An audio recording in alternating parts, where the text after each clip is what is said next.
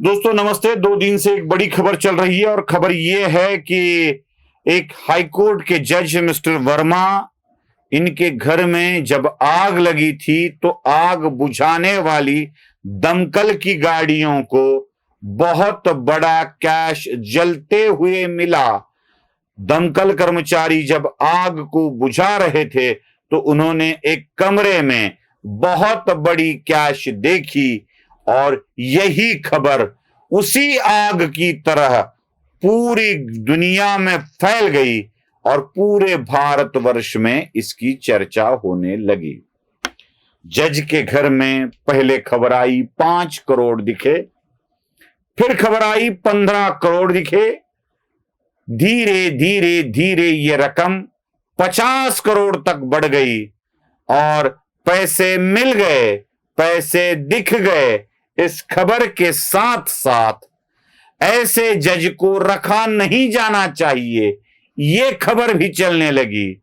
सवाल high court पर उठने लगे, सवाल सुप्रीम कोर्ट पर उठने लगे। क्या जज भी इतने करप्ट होते हैं कि करोड़ों की कैश अपने घर में रख लेते हैं? यह सवाल भी उठाए जाने लगे। जुडिशरी पर आमतौर पर जो बात नहीं कर सकते वो हर कोई बोलने लगा कि देखो देखो जज के घर में इतने पैसे मिले।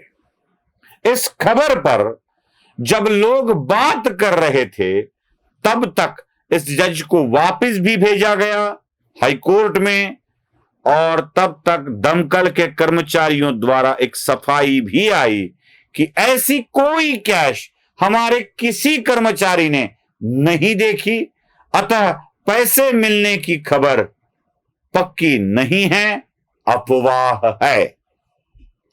सुप्रीम कोर्ट ने भी यह कह दिया कि वर्मा के घर में कैश मिली, ऐसी अफवाहें फैल रही है। लेकिन खबर तो फैल चुकी थी। अब हमारे मीडिया का, सोशल मीडिया का करिश्मा यही है कि जो है उसे तो है दिखाते ही है, लेकिन जो नहीं है उसे भी है ऐसा करार दे सकते हैं। वो कथा सुनी है ना आपने, बड़ी जोरों शोरों से कही जाती है वो कथा। एक आदमी बाजार से बकरी लेकर निकल कर चलता है, सोचता है कि इस बकरी के बच्चे को मैं बड़ा करूंगा, फिर कई बकरियां होगी, बहुत कुछ काम हो पाएंगे, मेरे बकरियों का व्यापार कर पाऊंगा। लेकिन उसको बकरी खरीद करते हुए देखने वाले 4 लोग मिल जाते हैं और वो सोचते हैं कि इससे बकरी ये हथिया ले। 4 लोग थोड़े थोड़े दूरी पर खड़े हो जाते हैं और ये आदमी अपने बच्चे के साथ बकरी के बच्चे को कंधे पर लेकर चलता है तो पहला उसको मिलता है, अरे बोलता है, अरे पगला गए हो क्या? गधे के बच्चे को क्यों कोई कंधे पे लेके चलता है? ये सोचा, अरे यार गधे का बच्चा नहीं है, ये बकरी का बच्चा है। जाओ जाओ कहता है, हंसता है। थोड़ी दूर जाने के बाद पेड़ के नीचे बैठा एक दूसरा आदमी उसे मिलता है, कहता है, अरे वो देखो पागल जा रहा है, गधे के बच्चे को अपने कांधे पे बिठा कर ले जा रहा है। बोलता है, अरे तुम्हें अंधे हो गए हो क्या? गधे का बच्चा क्यों बोल रहे हो बकरी के बच्चे को? थोड़ा आगे जाता है, तीसरा भी बोलता है, अरे देखो देखो देखो, गधे का बच्चा सर पर बिठा कर ले जाने वाला एक और गधा हमें मिल गया। तो पीछे से 2 भी आते हैं, हंसने लगते हैं, एक दूसरे को ताली देते हैं। इसके मन में विचार आने लगता है कि कहीं सच में गधे का बच्चा तो मैं नहीं लेके आया। जब ये विचार बदल जाता है तो आगे चौथा मिल जाता है और वो तो उसको पकड़कर मारने लगता है, बोलता है, अबे पागल, गधे के बच्चे को कोई कंधे पर लेके जाता है? फिर ये सोचता है कि मैं फंस गया यार, बकरी का बच्चा गधे का बच्चा समझ के, गधे का बच्चे कोई बकरी का बच्चा समझकर खरीद लाया। वो उस बच्चे को छोड़ देता है, निकल जाता है, थक गया वो। और ये चारों की मजा हो जाती है, वो बकरी उठा के ले जाते हैं। बिल्कुल मीडिया इसी तरह का काम कर रही है, बिल्कुल मीडिया इसी तरह का काम कर रही है। वह गधे के बच्चा साबित कर रही है एक बकरी के बच्चे को। जज से वास्तव में एक सवाल मुझे आपको पूछना है मैं किसी जज का समर्थन विमर्थन नहीं कर रहा हूं। अरे यहां आंडू पांडू पार्षद भी या विधायक या कोई भी जब कोई करप्शन कर लेता है तो पैसे अपने घर में नहीं रखता है, उसका कोई दलाल होता है, कोई एजेंट होता है, उसको बोलता है ले ले पैसे। यहां के तहसीलदार या कोई भी अधिकारी हो तो अपने नीचे एक पैसे लेने वाले आदमी को रखता है, बोलता है ले ले पैसे, और वो पैसे ले ही लेता है। और रखने की जगह भी कहीं और रहती है, कभी इसके घर, कभी उसके घर, कभी इसके घर, ऐसी घर में दूसरों के घर में पैसे रखे जाते हैं और वो कहीं ना कहीं इन्वेस्ट किए जाते हैं। एक जज थोड़ी देर के लिए मान लो करप्ट हो गया,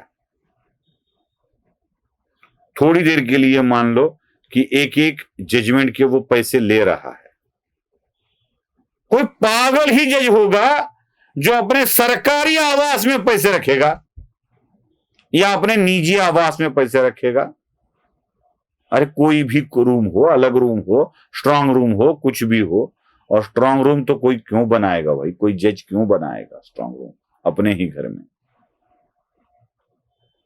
लेकिन यहां देखी न जाने कहां से चील उड़ी की खबर पहुंचने लगी कि भैंस उड़ी की खबरें चलने लगी, और ये खबर पुख्ता खबर है बोल के दुनिया में फैल भी गई।